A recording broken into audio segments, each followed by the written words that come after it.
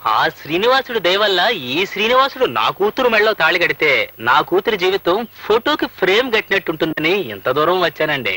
అమ్మాయి ఫోటో నాకు కావాల్సింది పాస్పోర్ట్ సైజ్ ఫోటో కాదండి, పాస్బుక్ లోని అకౌంట్. మా వాడి రేటు ఎంత పలుకుతుందో చెప్పాం కదా. చెప్పారండి, కానీ తిరుపతి కొండ మీద మీరున్నారు, కింద తిరుపతిలో మేమున్నాం. మీరు కాస్త దిగొస్తే. నాకు భూమి పుట్ట ఎంత ఉందో మీకు తెలుసుగా. నా తర్వాత ఆస్తంతా ఎవరికి చేరుతుంది? మీ కూతురు కడుపున పుట్టబోయే బిడ్డలకే కదా. ఇప్పుడు ఇన్వెస్ట్ చేస్తే అప్పుడు హార్వెస్ట్ చేసుకోవచ్చు. కనుక 70,000 ఇప్పించండి. ఈ పుచ్చొంకాయకి ఇంత రేటా? శివ శివ తొయ్యవయ్యా. పిల్లకు చదువు తక్కువ అనుకుని అలా అడుగుతున్నారేమో. మా అమ్మాయి బిఏ పాస్ అయింది బాబు.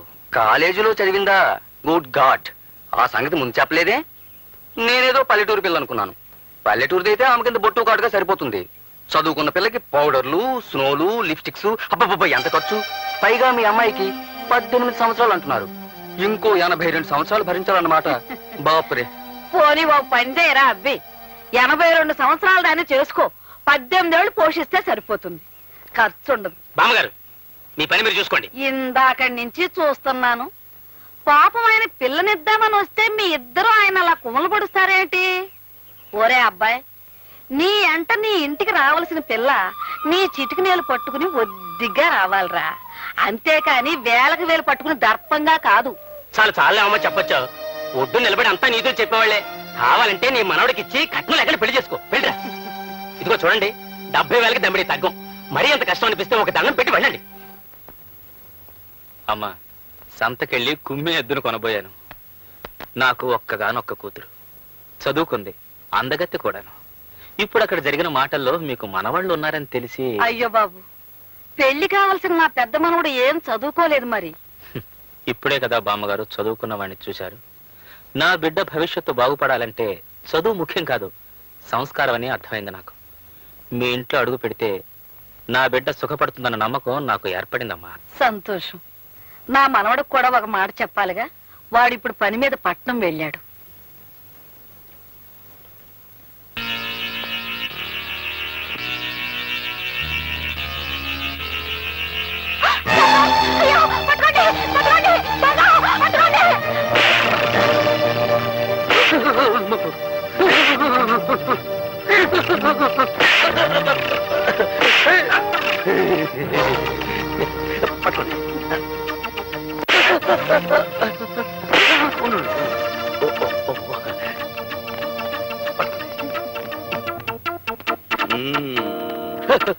దండలు దండలు.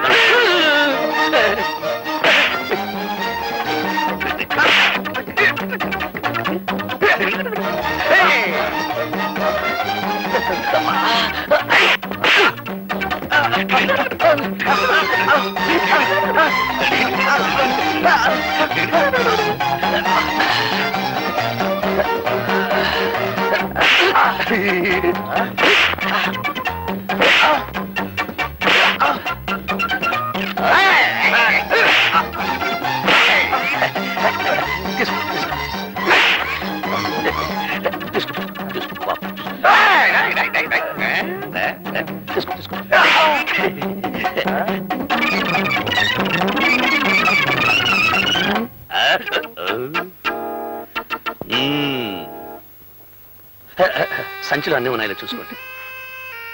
థ్యాంక్స్ అండి. అంటే చాలా కృతజ్ఞురాల్ని అని. పాప మీకు చాలా శ్రమించినట్టున్నాను. దాంతే ఉండదండి. పార్వతి, ఏమైందే? మీరటు బస్సు ఎక్కారు, ఈవిడిటి మంచం ఎక్కారు. ఆయాసం తిరగబెట్టింది. అయితే మీ అమ్మాయికి మందులు రాసిచ్చి గంట అయింది. ఇంతవరకు మీ అమ్మాయి వస్తేనా? ఏమిటమ్మా ఎంత ఆలస్యం? ముందా మందులు ఇటివమ్మా. ఎంతకీ ఇతనెవరు? ఓ రౌడీ. రౌడీయా? ఈయన కాదు నాన్న. ఓ రౌడీ నా బ్యాగ్ పట్టుకొని పారిపోతుంటే ఈయన వాడిని చితకతన్ని నా బ్యాగ్ నాకు ఇప్పించారు. చాలా కృతజ్ఞుడి బాబు. ఎంతకీ మన దేవురు? దిబ్బలపల్లండి. వస్తాను. అలాగు బాబు. దిబ్బలపాళెమా? ఎవరి తాలూకా? నారాయణమ్మ గారి మనవనండి. వస్తాను. అలాగు బాబు. నారాయణమ్మ గారి మనవడవా? కొంప తీసి ఆవిడ గారి పెద్ద మనవడివి కాదు కదా? నేను ఎవరి కొంప తీయలేదు కానీ ఆవిడ పెద్ద మనవనేనండి. వస్తాను. అలాగు బాబు. మరి ఆ మాట చెప్పవే. లోపలికి రా బాబు. వద్దులేండి. రా బాబు. వద్దులేండి. రమ్మంటుంది. వద్దులేండి. రా బాబు. ఏమండి? నా గొడుగు, నా గొడుగు, గొడుగు. ఏమై మన అమ్మాయికి సంబంధం చూడడానికి వెళ్ళొచ్చాను కదా. ఇతను ఎవరో కాదు, మన కాబోయే అల్లుడు. అవును బాబు, మా అమ్మాయి సంబంధం దృష్ట్యా మీ బామ్మగారిని కలిశాను. కానీ నువ్వు అప్పుడు అక్కడ లేవు.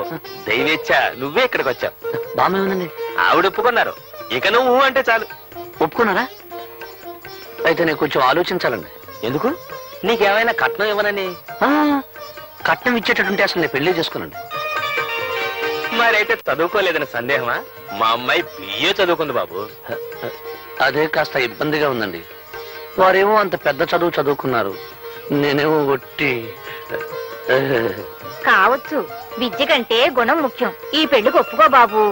నేను ఒప్పుకోవచ్చు అనుకోండి, కానీ చదువుకున్న వారు ఒప్పుకోవాలిగా. అమ్మదేవి, నువ్వేమంటావమ్మా? ఈ పెళ్లి నీకు ఇష్టమేనా? నానా, మీ ఇద్దరి మాట నేను ఎప్పుడైనా కాదా నానా? మీ ఇష్టమే నా ఇష్టం. మా అమ్మాయి ఒప్పుకుంది, మరి మీరు? మీరు ఒప్పుకున్నారు, వారు ఒప్పుకున్నారు, వీరు కూడా ఒప్పుకున్నారు, బామ్మ ఒప్పుకుంది, నేను ఒప్పుకున్నాను. దాందే ఉందండి. అలాగే వెళ్ళొస్తాను మామయ్య, వెళ్ళొస్తాను అత్తగారు, వెళ్ళొస్తాను పెళ్ళగారు.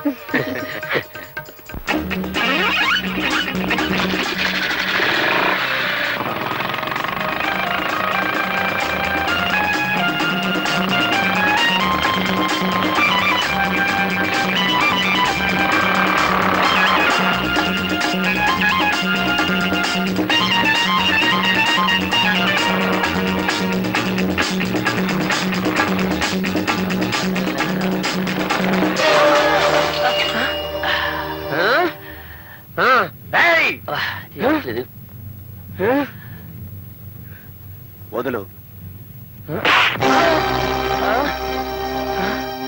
రిక్షా వాడిని నన్ను కొడతావా నువ్వు? ఉండు, మా యూనియన్ వాళ్ళని తీసుకొచ్చి నీ పని చెప్తాను.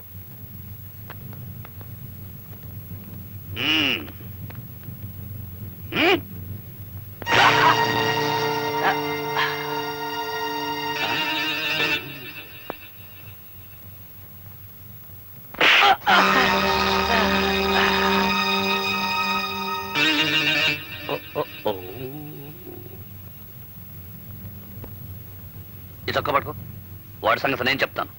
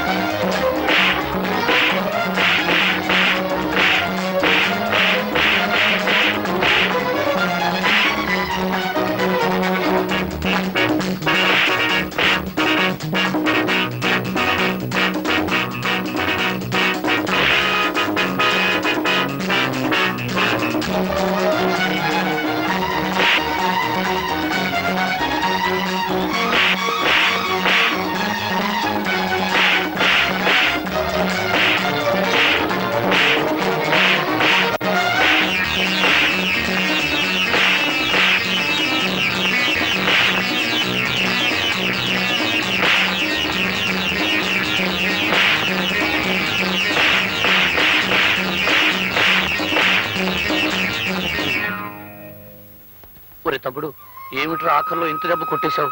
నిజంగా తగిలిందానే? ఐఎమ్ సారీ రా. నువ్వు మాత్రం ఇక్కడ నిజంగా కొట్టలేదేంటి? పర్లేదులే.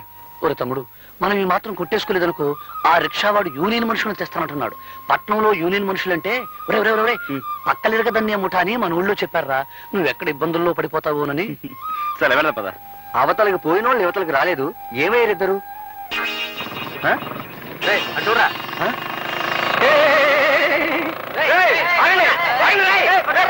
అన్నయ్య, అసలు పట్నం ఎందుకు వచ్చావు? కాలేజీ మూసేస్తున్నారు కదా, నేను ఇంటికి తీసుకెళ్దామని వచ్చాను రా. కానీ దారిలో చాలా ఆలస్యం అయిపోయిందిరా. ఎందుకు?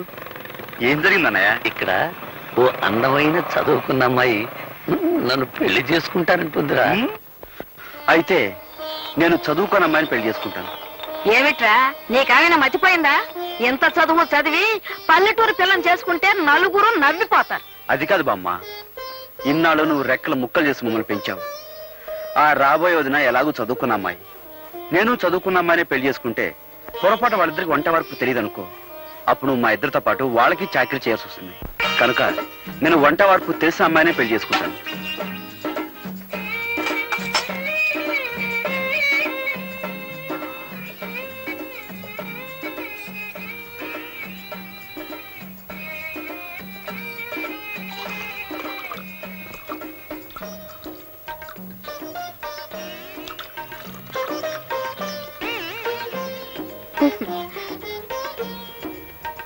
ఈ వంట వరపు ఏడ్స్ మొహం గడుకున్నట్టే ఉంది. ఇద్దరి కాఫీ కలపడానికి ఇంత గంగాళమా? ఇటుపు నా బొంద.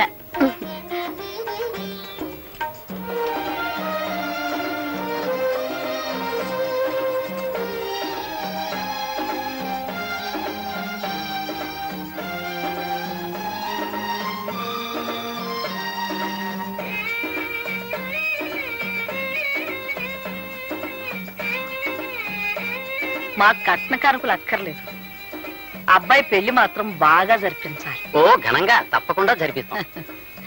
చూడండి, పెళ్లి కూతురు వచ్చేలాగా అబ్బాయిని ఏమైనా అడగదలుచుకుంటే అడగండి.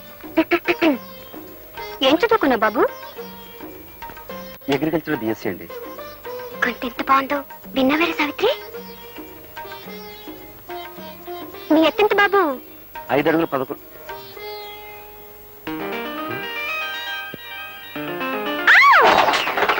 ఏమిటా చప్పుడు? అదిగోనమ్మా పెళ్లి కూతురు. పెళ్లి కూతురా? పెళ్లి కూతురు లక్షణంగా ఉంది.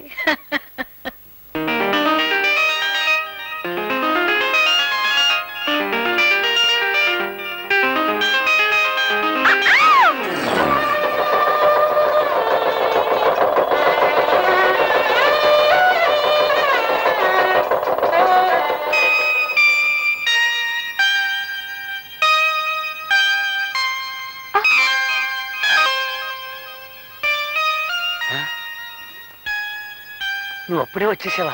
నువ్వు రాకముందే రికార్డు వేసి తమాషా చేద్దాం అనుకున్నాను. రా, నీకోసం రికార్డు వేస్తున్నాను.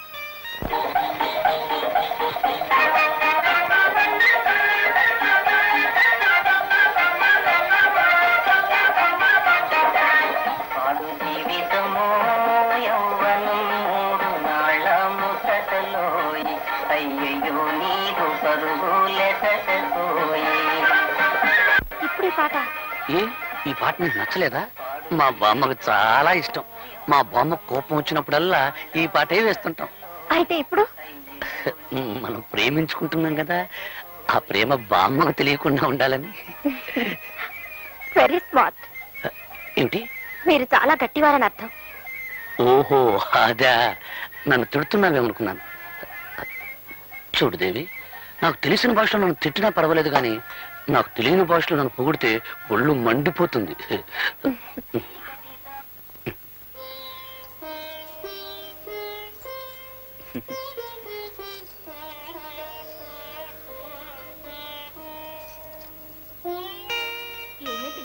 మీ ఆయన బాగా చదువుకున్నాడంటగా? అవును. నువ్వెంత అదృష్టవంతురాలువే. మీ ఆయనకు ఉద్యోగం వస్తుంది, నువ్వు పట్నం వెళ్తావు. నీదంతా రాజభోగమే తల్లి. ఏమండి, ఏమిటి? మనం పట్నం ఎప్పుడు వెళ్ళిపోతున్నాం? పట్నమా? అక్కడ మనకేం పని? మా ఊళ్ళో వాళ్ళంతా నువ్వు చదువుకున్న వాడిని పెళ్లి చేసుకుంటున్నావు, నేను చక్కగా పట్నంలో కాపురం పెట్టేయచ్చు అన్నారు. అందుకని. ఓహో అలాగా. కానీ నేను చదివింది అగ్రికల్చర్ బిఎస్సీ. అంటే ఆ చదువు ఇక్కడ వ్యవసాయం చేయడానికే పనికొస్తుంది. ఏమండి, బిఎస్సీ అంటే ఎన్నో క్లాస్ అది? ఎన్నో క్లాస్ అంటే 15వ క్లాసు. అయితే ఇంకేమిటండి, 3వ క్లాస్ చదివిన మా శకుంతలే పట్నంలో పెద్ద ఆఫీసర్ ఉద్యోగం చేస్తుంది. మీరు 15 క్లాసులు చదివారు కదా, మీకు ఇంకా పెద్ద ఉద్యోగం వస్తుంది.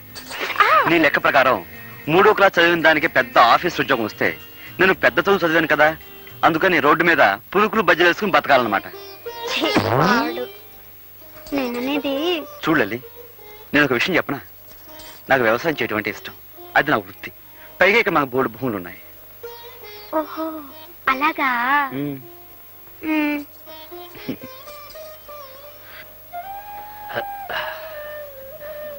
ఇదేమిటండి కింద పడుకుంటున్నారు?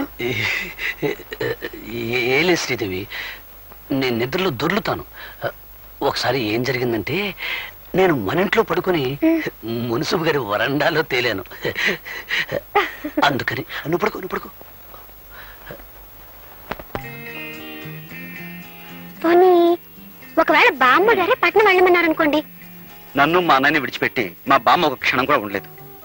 చూడాలి, పైగా మా అమ్మ నాన్న 3 ఏళ్ళప్పుడే పోయారు. 3 ఏటికి వాళ్ళు పెళ్లి చేసుకుని ఇద్దరిని కన్నారా? అదేలాగబ్బా? ఎవరిరా ఇది? మర్చిపోయారా? నేను మీ సర్లే, ఆ పెళ్ళాన్నండి. విషయం నాకు డౌట్ లేదు, లోపల పెట్టు. మా అమ్మ నాన్న పోయింది వాళ్ళ 3 ఏళ్ల వయసులో కాదు, నాకు 3 ఏళ్ళప్పుడు. ఓహో అలాగా? అయితే మనం పట్నం వెళ్ళడం లేదు. చూడు లలితాంబా, మా వదిన కూడా నాలాగే చదువుకున్న ఆవిడ, పైగా పట్నం పిల్ల. అలాంటి ఆవిడే ఈ పల్లెటూరు సర్దుకుపోతుంది. నువ్వేం పట్నం పట్నం అన్నావు అనుకో, నలుగురు నవ్వుతారు. ఏమిటి ఆలోచిస్తున్నావు? ఉమ్, అవునా? ఉమ్. మర్రా. సావిత్రి, శ్రీదేవి ఒక పట్నం వెళ్తామనేంత వరకు మనం వెళ్తామనకూడదన్నారు బావగారు. ఉండు, అక్కేం చేస్తుందో చూద్దాం.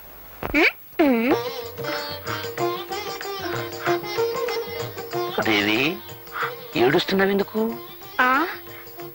మిమ్మల్ని కట్టుకున్నందుకు. చూడండి, మా ఇంట్లో నేను ఒక్కరోజు కూడా వంట చేసింది లేదు, కనీసం పొయ్యి కూడా వెలిగించలేదండి. నువ్వు మందుల షాప్ లో డబ్బు సంచి పోగొట్టుకున్నప్పుడే అనుకున్నాను నువ్వు చాలా సుకుమారివని. మీరు ఆ రౌడీని పట్టుకుని చెక్కేస్తుంటే నేను కూడా అనుకున్నాను ఏ హోటల్లోనో కుక్ అయి ఉంటారని. కుక్క అంటే? వంటవాడని. ఓహో, నన్ను తిడుతున్నావేమో అనుకున్నాను. మొగుడంటే నీకెంత ప్రేమే. ఏమిట్రా, ఏం జరిగింది? ఏం లేదు బామ్మ, ఈ సుకుమారి ఉల్లిపాయలు తరగటానికి బదులు చెయ్యి కోసుకుంది పాపం. అయ్యయ్యో, వంటింట్లో ఇదంతా సహజం రా. నువ్వులేమ్మా, నేను చేస్తాలే. నువ్వు ఉండు బామ్మ, ఇన్నాళ్ళు మాకు వంట వండి పెట్టింది చాలు గానీ కోడలు వచ్చా కూడా నువ్వు చేయడం ఏమిటి? నువ్వు పద. పర్వాలేదులేరా, చిన్న పిల్ల. నువ్వులేమ్మల్లే. నువ్వు పదవే, తను చేసుకుంటుంది. నువ్వు పద, పద. తొయ్యి బాగా పడిపోతాను. అక్క ఏమిటి? లే లే, మనం తాళి కట్టించుకున్నందుకు ఇక్కడైతే ఎగతాళే మిగులుతుంది. అదే పట్నంలో అయితే పొయ్యి ఉండదు, పొగుండదు, పిడకలుండవు, అన్నిటికీ స్విచ్లే కదక్క.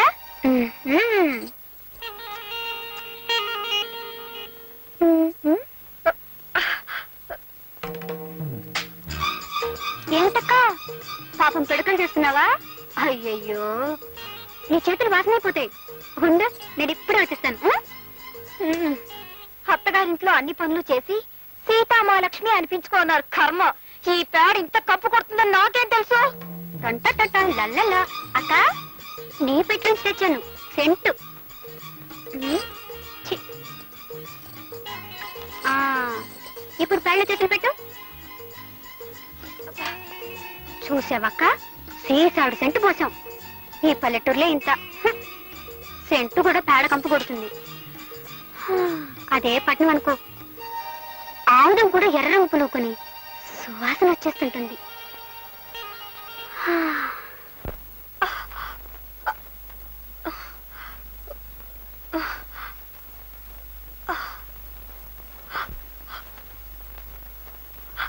అయ్యయ్యో, ఎర్రగా ఎలా కందిపోయాయో. ఇటిపో. ఛీ, ఈ పల్లెటూరులే అంట. చెంచాడు నెళ్ళకి చాంతాడంత తాడు పట్టుకుని వెళ్ళాడాలి. అదే పట్నం అయితే సుచ్చి నొక్కితే.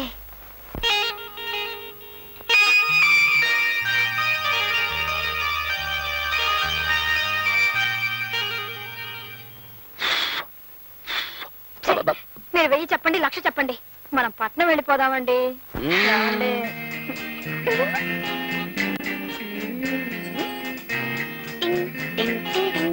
అబ్బా, ఈ పల్లెటూళ్ళు సినిమాల్లో చూడడానికే తప్ప మనం ఉండడానికి పనికిరావు. నా మాట విని పట్నం వెళ్ళిపోదా రండి. వదిన గారు అడగలన్నారు కదా, అడిగారు. మరి పట్నం బయలుదేరదామా? వదిలింది సరే, మరి అన్నయ్య ఒప్పుకోవాలిగా.